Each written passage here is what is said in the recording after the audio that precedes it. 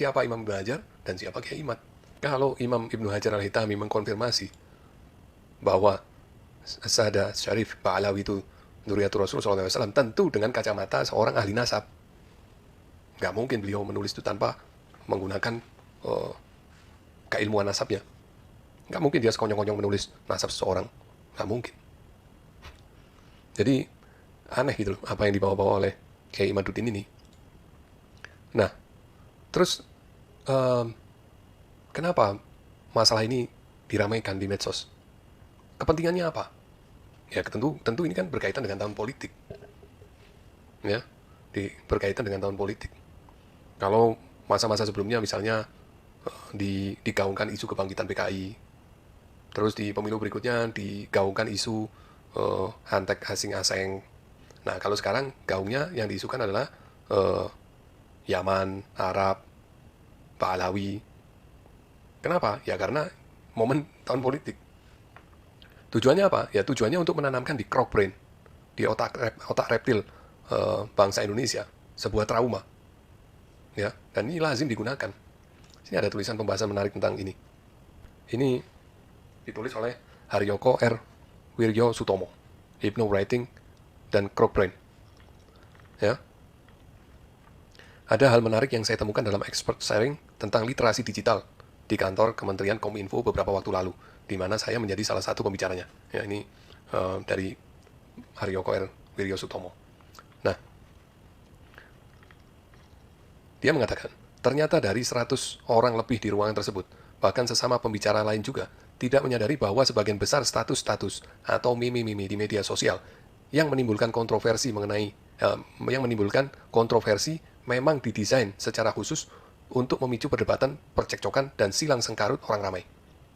Targetnya menciptakan segregasi sosial berdasarkan kelompok, membangun dan mengentalkan sikap in-group, out-group dalam masyarakat. Tujuan akhirnya, menciptakan kelompok pendukung politik yang fanatik, pemarah, dan kebal terhadap data dan fakta yang disodorkan kepadanya. Kok bisa? Bisa saja, bisa sekali. Dengan cara bagaimana? Menggunakan teknik hypnowriting. Bagaimana saya bisa bicara demikian? Karena saya mengetahui teknik tersebut, menguasai dengan baik dan sudah lama menggunakannya untuk keperluan wawancara investigasi. Pertanyaan berikutnya, siapa orang-orang yang menggunakan teknik hypnowriting di atas? Yaitu para cyber army dari kedua kubu politik yang bersaing, baik di kubu pemerintah maupun oposisi. Mereka, para cyber army, bisa relawan, bisa pula orang profesional, tentara cyber sewaan, cyber mercenaries. Apa yang disasar? Yang disasar adalah crowd brain manusia, di mana security atau insecurity feeling berada. Kedua jenis perasaan tersebut adalah basic instinct, landasan survival spirit manusia. Cara menguliknya bagaimana? Dengan mendesain narasi-narasi dan gambar-gambar yang disisipi pesan subliminal, yakni pesan tersembunyi. Pesan tersembunyi tersebut berupa pesan yang tidak akan ditangkap oleh neokortek, di mana pikiran kritis dan logika berada, namun langsung menusuk ke crowd brain. Contoh nyata, apa yang jadi target menggembar-gemborkan isu 10 juta naker Cina masuk ke Indonesia adalah yaitu rasa takut kehilangan pekerjaan, rasa takut ketidakkebahagiaan lapangan pekerjaan, rasa takut menganggur. Konsekuensinya, reaksi primitif pun akan langsung terpicu pada saat crowd brain merasa terancam. Dan hampir semua yang tidak paham bahwa reaksi primitif crowd brain tidak dapat dihadapi dengan data.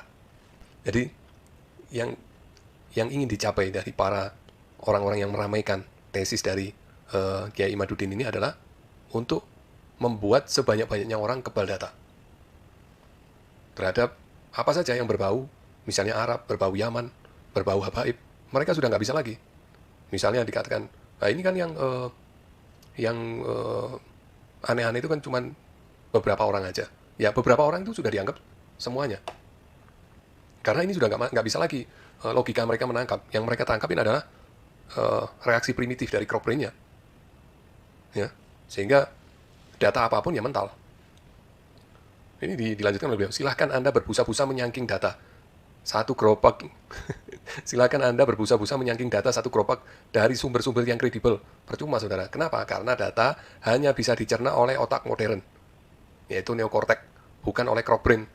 Jadi orang yang sudah crowd brain-nya kena oleh informasi yang disajikan oleh para tim hore dari tesis Kiai Imaduddin ini, yang itu otak neokorteksnya sudah nggak bisa berfungsi lagi. Karena mereka sudah kebal data. Yang banyak mendominasi adalah crowd brain mereka. Nah, kemudian dia melanjutkan, jadi terjawab sudah kebenaran Anda soal kebal data itu kan. Lalu bagaimana menghadapinya? Silahkan sajikan data, nggak masalah. Hanya saja, sejak sekarang, sebaiknya Anda mesti membangun kesadaran bahwa data tersebut tidak untuk mereka yang kebal data. Jadi, kalau misalnya orang-orang yang berupaya menjawab, jadi fitnah yang dibawa oleh Kiai Imaduddin ini berupaya dijawab dengan data. Ya, para penjawab tadi harus menyadari bahwa jawaban mereka ini hanya untuk segelintir atau sebagian kalangan saja yang masih menggunakan neokorteksnya. Nggak bisa berharap banyak dari orang yang sudah selalu menggunakan crowd brain-nya.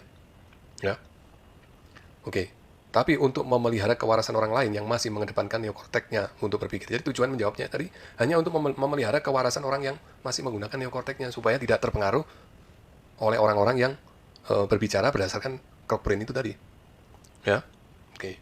Jadi begitu teman-teman. Ini semua ada kaitan dengan tahun politik. Ya, karena ada rasa ketakutan akan naiknya seseorang untuk menjadi presiden misalnya. Itu yang mereka takutkan, sehingga mereka menggencarkan isu ini. Ada lain tujuannya itu. Itu aja tujuannya. Salah satu, tapi ini tujuannya paling besar ya. Sebenarnya tujuan lain-lainnya juga ada. Nah, kembali ke soal Ba'alawi. Di sini, di dalam forum dari Naqobah, ini diinformasikan kitab-kitab yang menjadi maraji, menjadi rujukan untuk nasab dari Ba'alawi. Di sini jelas tertulis, kitab wa maraji fi nasabi as-sadati al-Ba'alawi. Ini daftar nama-nama kitab yang menjadi rujukan untuk nasab dari al-Ba'alawi, Sayyid Syarif, keluarga Ba'alawi. Yang pertama, yaitu kitab Sajarah al-Ba'alawi, makhtutah tujad al-asli fi Tarim wa Jakarta. Nah, ini kitab nasab Sajarah al-Ba'alawi. Yang kitab ini berada di Tarim dan Jakarta. Tarim kenapa kok Tarim ya? Karena pusatnya, induknya di Tarim. Nah, di Jakarta adalah induk untuk Sayyid Syarif Ba'alawi yang ada di Indonesia. Dan kitab ini juga ada simpan juga kopinya di Madinah Al-Munawwarah dan Makkah Al-Mukarramah. Jadi di induk sana di Makkah dan Madinah juga ada kitab ini. Ya. Kemudian yang nomor 2 adalah As-Sajarah Az-Zakiyah yang ditulis oleh Sayyid Yusuf bin Jamalullail. Ini juga menjadi kitab rujukan. Al-Mu'jam Al-Latif, Muhammad bin Ahmad Asy-Syatiri. Ya, itu juga menjadi rujukan. Ya. Al-Imam Al-Muhajir, Muhammad Dia Syihab. Muhammad Dia Syihabuddin. Wa Abdullah Nuh. Madbo. Ini sudah dicetak kitab ini.